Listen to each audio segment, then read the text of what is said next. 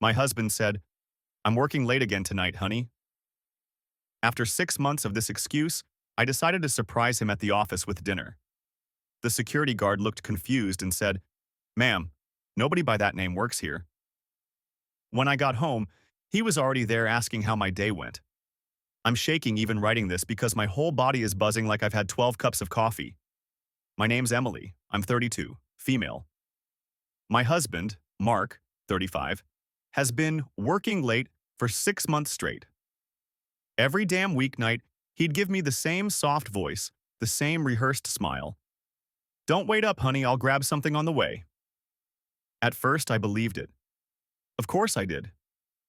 We've been together nearly a decade, married for 6. He was always the steady one, the one who calmed me down when my head spiraled into what-ifs. I thought I could trust him. But you know when something stops adding up and your gut just gnaws at you until you can't ignore it anymore? That's what these past months have been like. He stopped leaving his jacket draped over the chair like he used to. He smelled faintly of cologne I didn't recognize. He started getting cagey with his phone, leaving it face down, taking it into the bathroom, smiling at texts he wouldn't let me see. I kept telling myself, maybe he's stressed, maybe there's a project. I didn't want to be that wife. So last Tuesday, I decided to surprise him. Stupidly hopeful, like a rom-com idiot. I packed up dinner, his favorite, chicken marsala, with those little garlic knots he always used to inhale before I could even sit down. I thought maybe I'd catch him off guard in a good way. Bring him a little love in the middle of his hard work. I drove to the office tower downtown where he claimed he'd been pulling endless hours. It was one of those sterile high-rises where everything smells like disinfectant and money. I felt nervous but excited walking up, balancing the food bag like a peace offering. The security guard stopped me in the lobby. I told him my husband's name, told him he worked on the 8th floor. The guard squinted at me like I'd said something insane. "Ma'am, nobody by that name works here." I laughed at first, awkward and defensive, like he just didn't know. I spelled the last name, repeated it slower. He pulled up a directory. Nothing. He even checked under the company Mark said he worked for. Still nothing. My stomach dropped so hard I thought I might throw up right there in the marble lobby.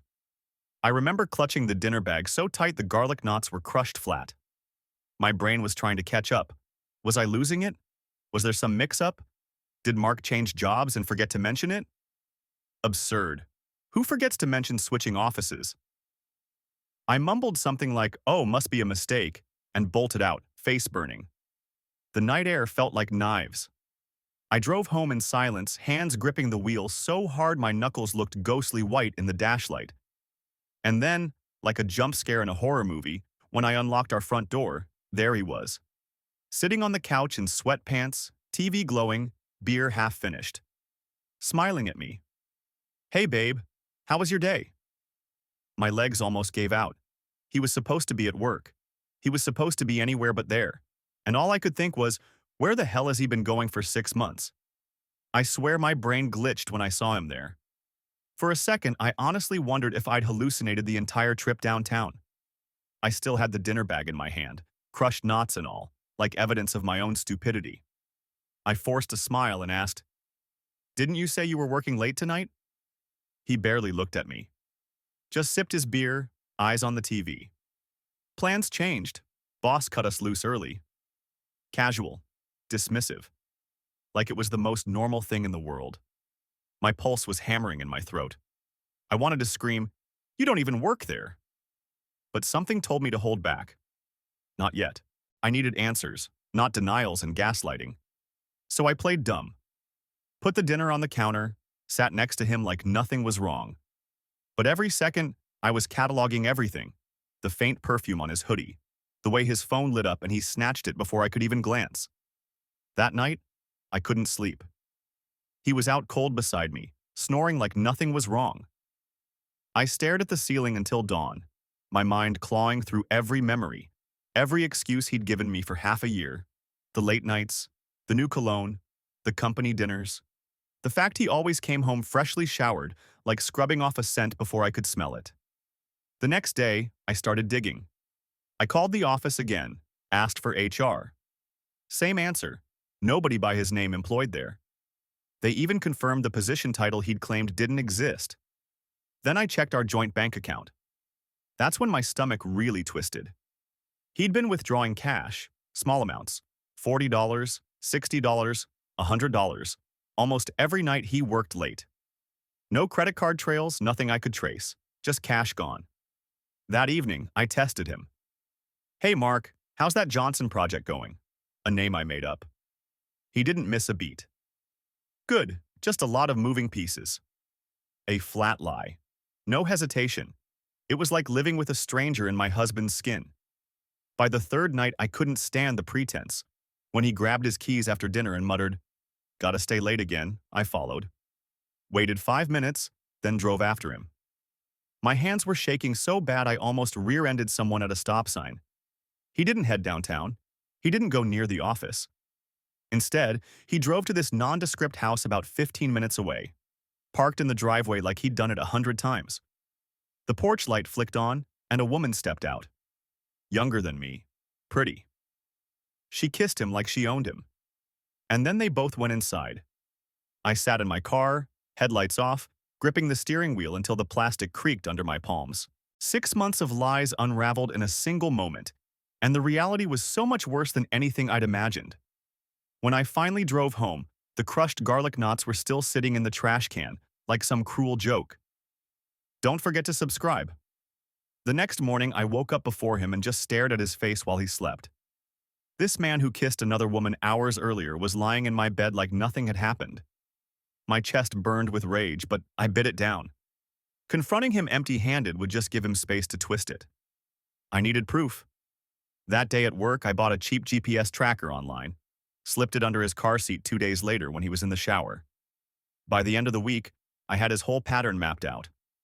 Every night he worked late, his car parked at her house. Sometimes for 2 hours, sometimes all night. And every morning he came back like he'd just saved the world at the office. The lies got sloppier, though.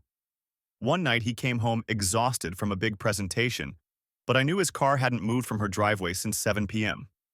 Another night, he claimed he grabbed a late dinner with coworkers. I checked our fridge and found a takeout container from a place I knew she lived near.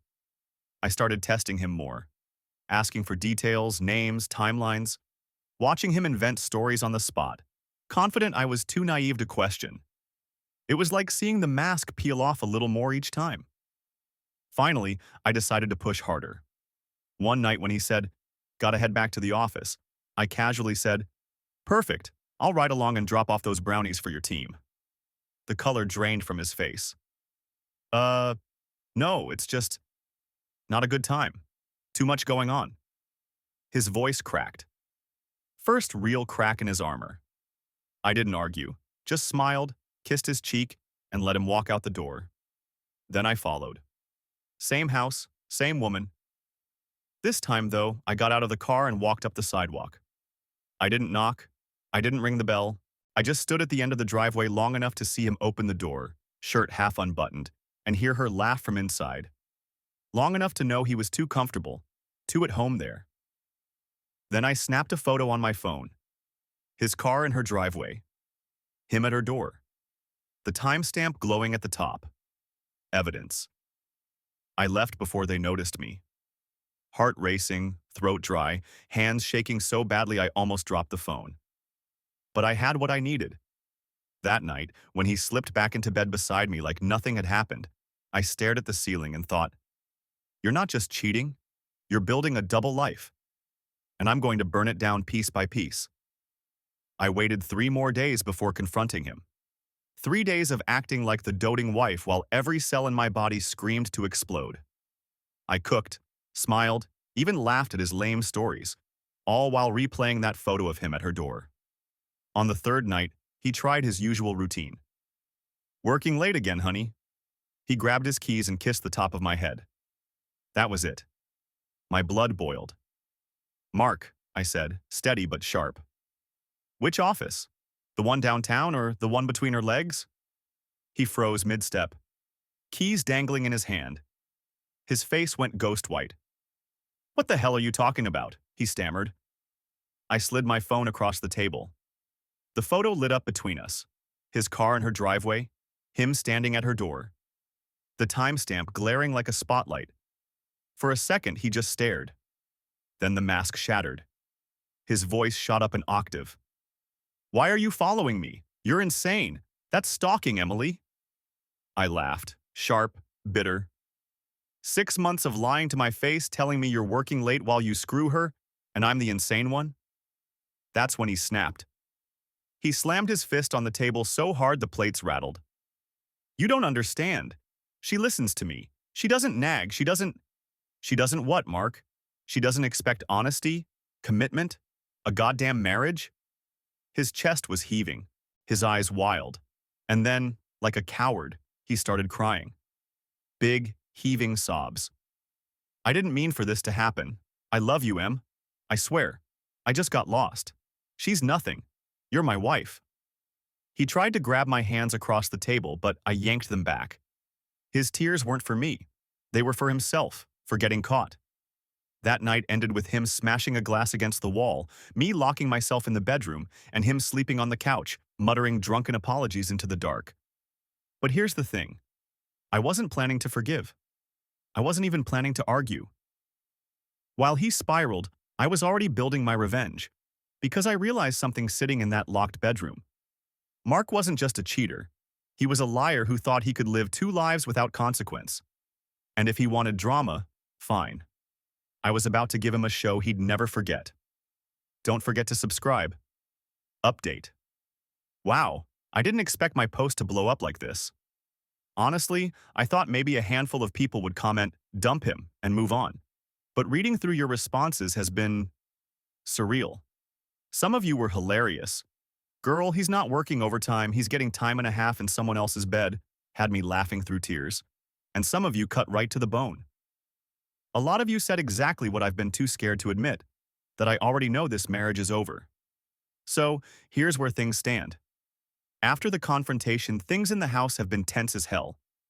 He's bouncing between anger and crocodile tears, 1 minute screaming about how I invaded his privacy, the next begging me not to give up on us. He smashed a glass during our fight, then 2 nights later, he bought flowers and tried to cuddle me like nothing happened. The whiplash is insane. And the audacity? Unmatched.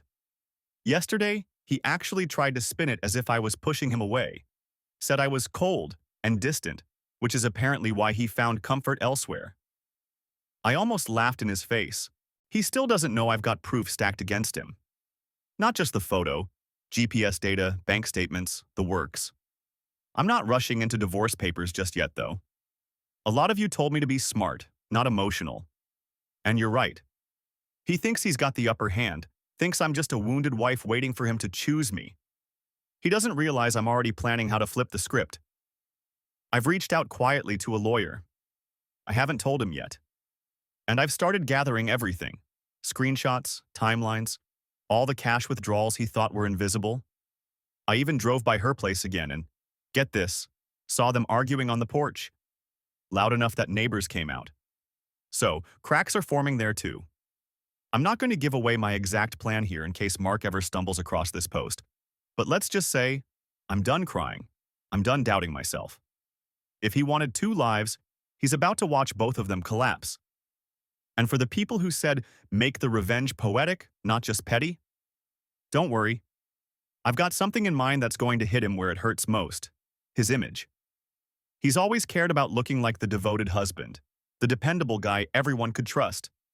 So what happens when that mask gets ripped off in front of an audience? Stay tuned. The morning after I posted the update, Mark tried the good husband act again. Made pancakes, kissed my forehead, even hummed in the kitchen like some sitcom dad. I sat there watching him pour syrup, thinking, you have no idea what's coming. That day, I executed the first step of my plan. Exposure. Mark's entire identity revolves around being trustworthy and stable. He brags about it constantly to family, friends, even coworkers. So, I decided to rip that facade to shreds. First, I printed the photo of him at her house, 3 copies. One went into an envelope addressed to his parents, who idolize him like he walks on water. The second went to his sister, who always called me lucky for having him. And the third, that one I hand-delivered. To her. I drove to the other woman's house in broad daylight. She answered the door in leggings, hair messy, clearly not expecting company. I didn't say a word, just handed her the envelope. She opened it right there, her face draining of color when she saw the time-stamped photo of her and Mark on the porch. "That's my husband," I said flatly. "Thought you should know where he sleeps when he's not here." Then I walked away, leaving her frozen in the doorway. By the time I got home, the storm had already started. Mark's phone was blowing up, missed calls from his mom, his sister, and one number I didn't recognize but guessed was hers. He looked panicked, pacing the kitchen like a trapped animal. "What the hell did you do, Emily?" he snapped. "I told the truth," I said calmly. "Something you haven't managed in 6 months." That's when he lost it.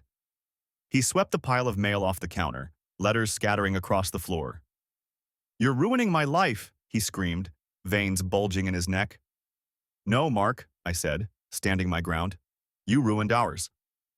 He lunged forward like he was about to grab my phone out of my hand, but I stepped back. His eyes were wild. He was spiraling. And for the first time, I didn't feel fear. I felt control. Later that night, I heard him on the phone in the garage, hissing into the receiver. "No, it's not what it looks like. She's crazy. She's trying to sabotage me. You have to believe me, baby." So there it was. He wasn't even denying it anymore. He was scrambling, trying to keep both lives intact. And he was failing. What he doesn't know? I've got one more card up my sleeve. Because if he thinks being humiliated in front of his family is bad, wait until he sees what I have planned for his precious reputation. 2 days after the blow-up, Mark was unraveling fast. His family wasn't answering his calls. I overheard his mom leave a voicemail, cold as ice, asking if he'd really been living a double life. His sister sent a text to me directly. "I believe you. I'm sorry." That one stung him the most. Meanwhile, the other woman, she'd blocked him. I know because he spent half the night pacing the house, phone in hand, muttering, "Come on, just answer, just answer." That's when I knew the timing was perfect for my final move. Mark's company wasn't the downtown office he lied about. He actually worked at a mid-sized construction firm about 20 minutes away. He'd bragged for years about being the reliable guy everyone could count on. His boss adored him. His coworkers thought he was the straight-laced family man. That image was his pride. So I showed them the truth. I didn't send the photo. Too quiet, too deniable. I went bigger. The company was hosting a Friday happy hour at a local bar. I knew because Mark mentioned it weeks ago, back when he was still pretending to be a workaholic hero. So I showed up. I walked in, calm as anything, holding a manila folder. Mark was at the bar laughing with 2 coworkers, pretending life was normal. The second he saw me, his face drained. "Emily, what are you—" I cut him off, loud enough for the whole group to hear. 6 months of cheating, Mark.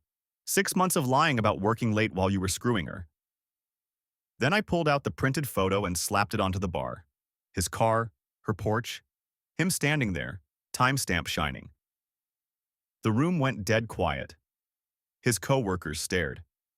His boss, a woman in her 50s who'd always called him dependable, just shook her head slowly. One guy muttered, "Holy shit." Mark scrambled, snatching at the photo. "She's lying. She's making this up." "Funny," I said, pulling out my phone. "Because the GPS tracker doesn't lie, and neither do the bank statements." I flashed the screen for everyone to see, line after line of late-night cash withdrawals. His mask shattered right there in front of everyone. He started babbling, crying, begging me to stop, but it was too late. The image was burned into their heads. The family man was nothing but a fraud. I left the bar without another word, adrenaline buzzing like fire in my veins.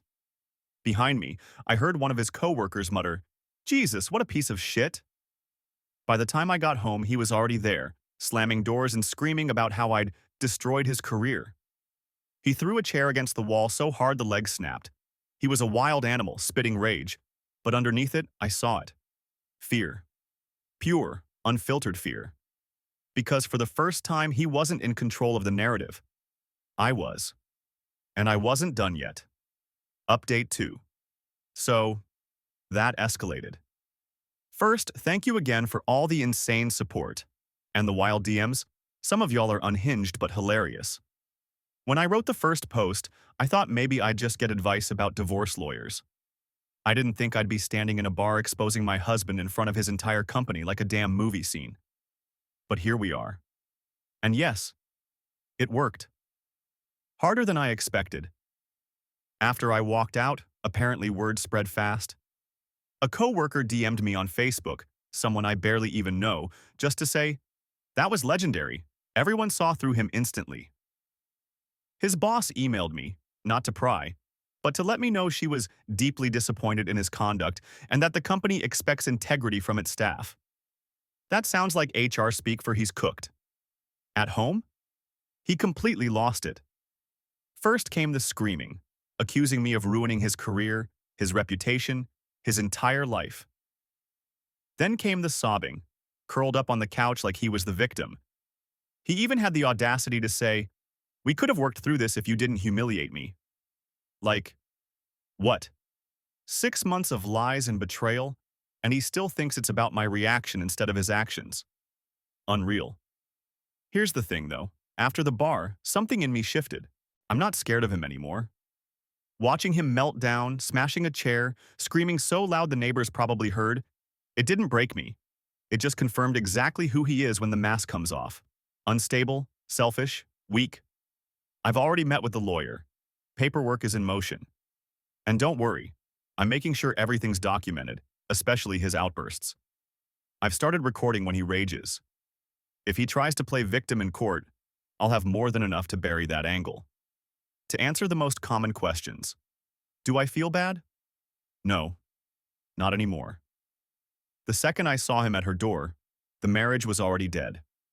The bar scene wasn't revenge. It was justice. What about the other woman? From what I hear, she dumped him. Neighbors saw her throw a box of his clothes onto her porch. She blocked me too. Guess she's embarrassed. What's next? Divorce, peace, and maybe finally some sleep without wondering where he is at night. To the commenter who said, "Don't just burn the bridge, salt the earth so nothing grows back." Thank you. I think I did exactly that. After the bar incident, Mark's mask was gone completely. He wasn't even pretending to be the doting husband anymore. What I got instead was pure chaos. 3 nights after the exposure, he came home drunk, stumbling into the living room, shouting about how everyone at work was against him. He said his boss had called him in, told him to take some time off. Translation: he was suspended. He hurled his phone at the wall, shattering it. The pieces skittered across the hardwood like shrapnel. When I didn't react, he got louder. "You think you won, Emily? You think ruining my life makes you better than me?" His face was red, spit flying as he screamed. I stayed calm, voice steady. "I didn't ruin your life, Mark. You did." That set him off. He swept his arm across the coffee table, knocking over a lamp, our wedding photo crashing face first to the ground. The glass splintered across the carpet. Symbolic, I thought bitterly. Our marriage literally in shards on the floor. The next day, he escalated again. I came home from work to find he'd slashed 2 of my car tires. When I confronted him, he just smirked and said, "Guess you'll think twice before running off without me now." I took photos immediately, sent them straight to my lawyer, documented everything. But the most disturbing part came later. That night, I woke up to find him standing in the doorway of the bedroom. Just standing there, watching me. Silent. My heart nearly stopped. "What are you doing?" I asked, my voice shaking. He didn't answer, just turned and walked away. The next morning, I packed a bag and went to stay with my friend Jenna. I wasn't stupid. I knew where this was headed. The man wasn't just unstable, he was dangerous. From Jenna's guest room, I called the lawyer again. We pushed to file the divorce petition faster and included a restraining order request. The tire slashing, the screaming, the threats, it was more than enough to justify it. When Mark was served, he lost it in front of the process server. The guy actually texted me afterward. "Ma'am, I've done this job a long time, but that man's temper is something else. Please stay safe." So now Mark is spinning out, his affair is gone, His job is hanging by a thread. His family wants nothing to do with him, and he's completely alone. Exactly the place he put me in for 6 months. The restraining order was granted. Temporary at first, but it was enough. Mark had to pack a bag and leave the house within 24 hours. Watching him shove his things into a duffel while cursing under his breath felt surreal. He looked smaller somehow, not the confident man I once married, but a shell twitching with anger. He tried one last performance before walking out the door. Dropped to his knees, tears streaming, begging, "Please, Emily, don't do this, I'll change. We can start fresh. Remember our vows?" I just stared at him. "You broke them the second you stepped into her house. Now get out." He left, slamming the door so hard the picture frames rattled. 2 weeks later, I heard from his sister. Mark had been fired. Officially, let go for unprofessional conduct after the bar scene circulated through the company like wildfire. His reputation was shredded. The dependable family man? Gone. He was just that guy who got caught cheating in front of everyone. The other woman never took him back.